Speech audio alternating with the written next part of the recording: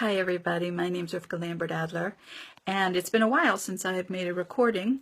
First of all, we had just a ton of Jewish holidays last month, but also I had an experience just before Yom Kippur that I fell, and I fell badly, and fell on my face, actually, and my whole face was bruised, really.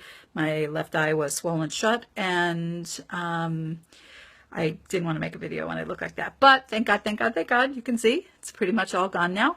And so over Sukkot, we had the opportunity to go to a festival, and there was a rabbi who was there selling some books, and I was familiar with some of his books, well, one of his books, and I wanted to see what he had to say about geula.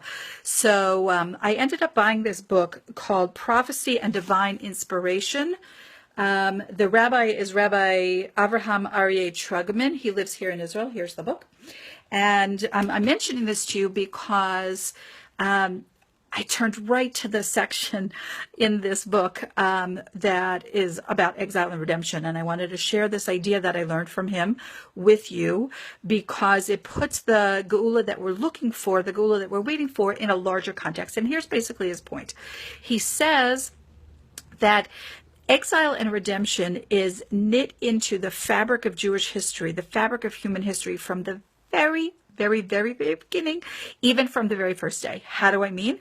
Well, if you think about Adam and Eve, Adam and Chava, they were in paradise. They were in a kind of geula, and they sinned and they were exiled. And that was the very first exile at the very beginning of the process. But there are so many more. And Rabbi Trugman speaks about these in his book. I'll just mention a few of them. So the next generation, the generation of the children of Adam and Eve. So there was Cain, and he killed his brother Hevel. And what happened? He was doomed to wander in perpetuity. And that wandering, we understand, as a kind of exile.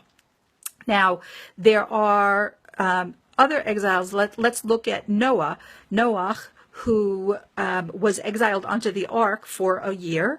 And by exiled, I mean he was taken from his natural place and put into a different set of circumstances. And that's something about what exile means. And it often happens very suddenly. And so let's just fast forward 10 more generations to Avraham, where Avraham leaves his home in Ur Kasdim and he goes to Haran. And he is sent from Haran by God to, under the word Lech Lecha, go ahead, get out of here. I'm sending you somewhere else. And even when he finally arrives in Canaan, even when he finally arrives in Israel, he's exiled again, in a sense, by the famine that's in Israel, and he has to go down to Mitzrayim, down to Egypt to get food. Now, this pattern continues over and over and over again in history.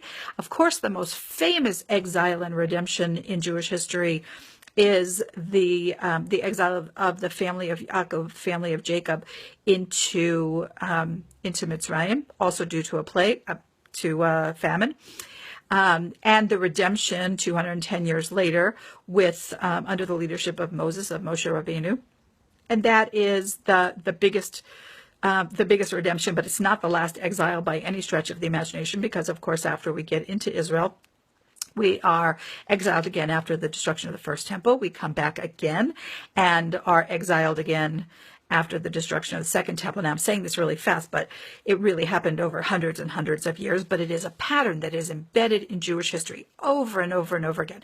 Let's just fast forward to the modern period.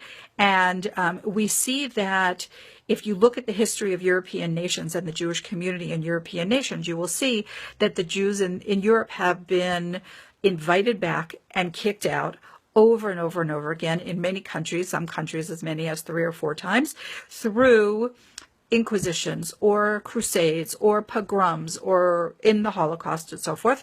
And we have, as of 1948, have a mini redemption in the sense that the Jewish people are back on the land. Many of the Jewish people are back on the land.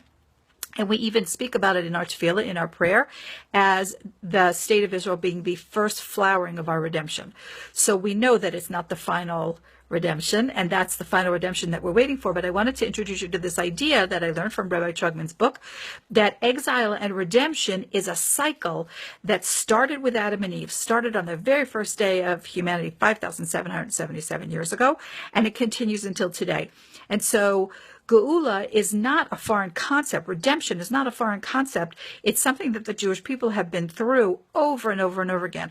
But the difference is that this time, the geula that we're waiting for this time, we fully anticipate, and all of our sources support the idea that the Jewish people will not be exiled again, God willing, and that we will remain in this land forever, and that when Mashiach is announced, when he announces himself, when he reveals himself to us, because of course there is a belief that he is already here, already walking the earth in some way, that what we are anticipating is the final, the big geula, that is the one that kind of ends the cycle that we have had echoes of all through Jewish history. Thanks for watching.